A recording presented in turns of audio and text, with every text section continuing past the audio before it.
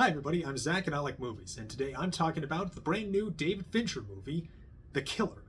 This is the 12th feature film from David Fincher, who really needs no introduction by now.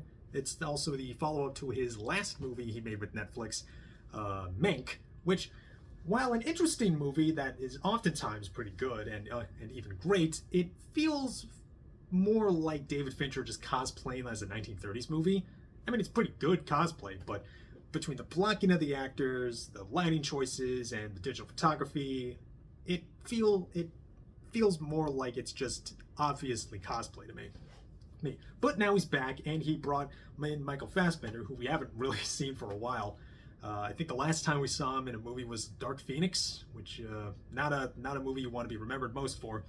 But he's back, and they're doing a pretty lean, sort of throwback kind of movie, where David Fincher made a movie about a neurotic, perverse perfectionist who botched his last job and now has to be an unblinking, disciplined technician and tries not to let his emotions interfere with his professionalism to the point that he comes off more alien than human. It's basically David Fincher's biography. So yeah, it's pretty it's a hitman movie, and it doesn't really do much outside of the box of what you expect out of a hitman movie. It's like you see him do a job, and the job goes bad, and then he's just like daisy chaining his way up the winding road of the corporate ladder of his book to put everything in a nice, neat order again. And it's kind of a pretty meat and potatoes hitman movie. You could even call it bare bones for David Fincher, but I think it's a really cool movie. There's something really satisfying about watching somebody do their job and be really good at their job. And I think what distinguishes The Killer from other hitman movies like it is that it focuses a lot on the mundanity of the job. And a lot of it involves just waiting and watching and sleeping and watching some more and sleeping some more.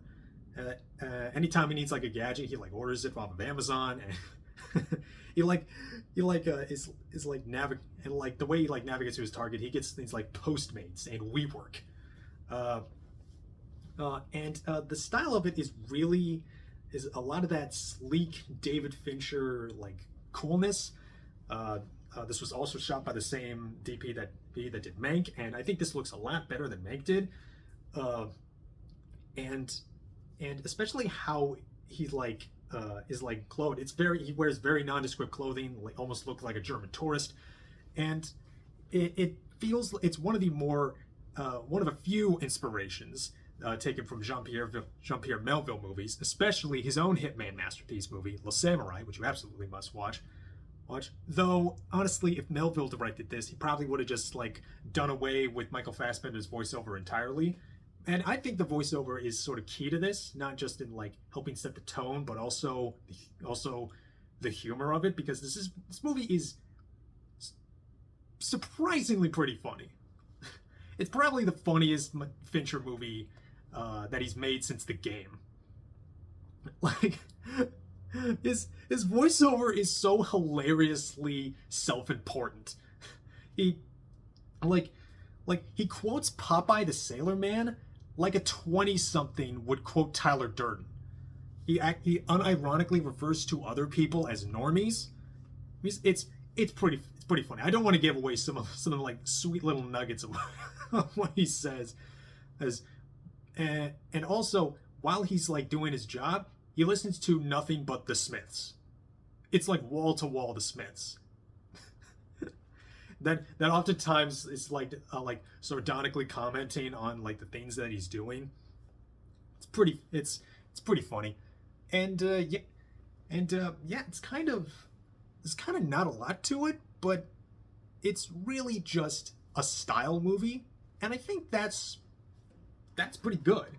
Since it's David Fincher, it's very well technically made style.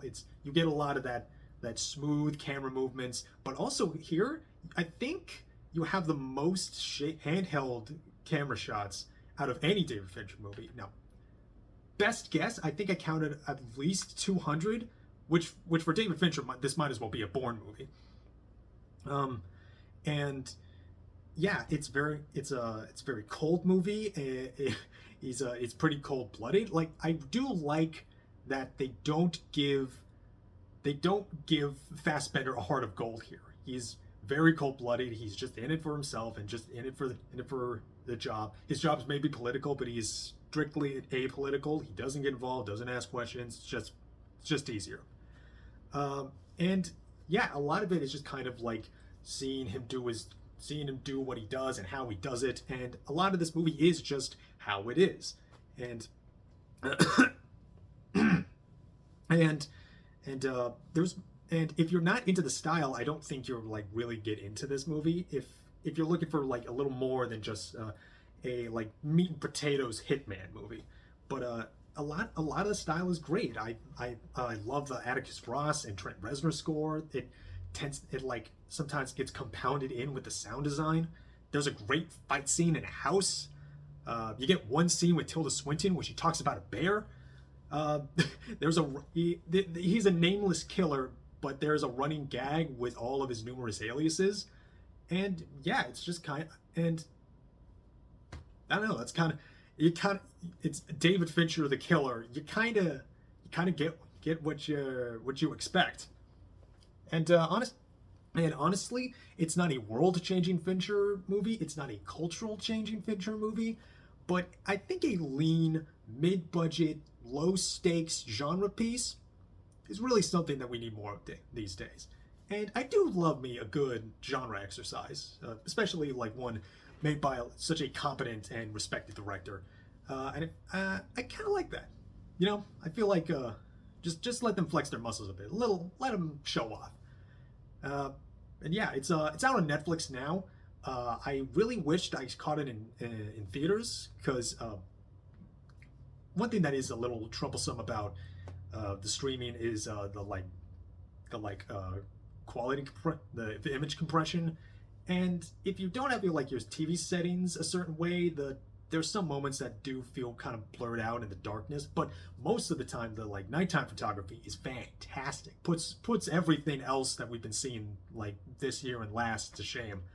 So yeah, nothing world changing, but I love me a good genre movie, and I think it's very much worth your time. It's just good, no fat 2 hours. It's moves by at a great pace. It's really good. I would definitely check it out.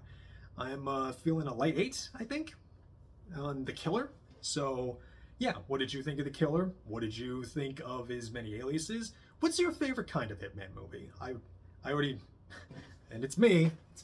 So now it's here somewhere. Searching. Where is it? Where'd it go? Aha! Here it is. Yeah, it's La Samurai. This is absolutely a must-watch if you're ever into like cool, these cool kind of Hitman movies. Absolutely must watch. And it's definitely check out the rest of Jean-Pierre Melville's movies, but this is his baby. This is his masterpiece, if you ask me. And yeah, comment below, like, subscribe, share this video, and yeah, David Fincher is back. Hope he stays back. And yeah, The Killer. It's great. Check it out. And I'll be watching more movies, and I hope you do too.